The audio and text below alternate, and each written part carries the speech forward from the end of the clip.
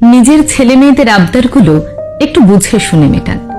IPhone চাইলে কিনে দিলেন, বাইক চাইলেই কিনে দিলেন, গাড়ি চাইলেই দিয়ে দিলেন, পার্টি করতে চাইলেই তুলে দিলেন হাজার হাজার টাকা। আর মনে মনে ভাবলেন, এত উপার্জন করছি কিসের জন্য, যদি নিজের ছেলে মেয়েদের শখই পূরণ না করলাম, সুখ স্বাচ্ছন্দ্যই না দিলাম। ভুল। আগে ওদের দায়িত্ব সামলাতে শেখান। আগে ওদের বোধ হয়েছে কিনা সেটা বুঝুন। আগে ওদের অর্জন করতে শেখান। আগে দেখুন যা চাইছে তা অর্থ থাকলে কিনে দেওয়া যায় কিনা। চাইতেই পেয়ে গেলে বা না চাইতেই পেয়ে গেলে সেই জিনিসটার মূল্য বুঝবে কি করে? জীবনকে কিভাবে বাঁচতে হয় শিখবে কি করে?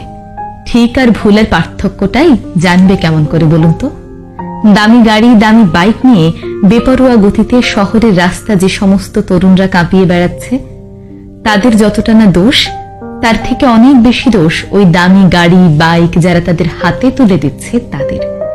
যারা পার্টি করার জন্য আঁচলা ভরে টাকা তুলে দিচ্ছে ওই বোধ বুদ্ধিহীন তরুণদের হাতে।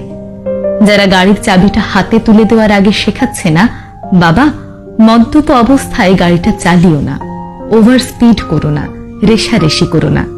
বিভিন্ন দুর্ঘটনায় রাস্তায় যে ছিন্ন ভিন্ন শরীর মিশে যায় কত তরুণদের, তারা আর ফিরবে না কোনোদিন। তাদের বাবা মায়েরা আর কোনোদিনও তাদের ছেলে মেয়েদের আবদার কোটি কোটি টাকার বদলেও মেটাতে পারবেন না। কিছুদিন আগে পত্রিকায় পড়েছিলাম, এক ছেলে তার বাবাকে ধমকেছিল বাইক না কিনে দিলে আত্মহত্যা করবে। তাই বাবা ভয়ে বাইক কিনে দিল ছেলেকে।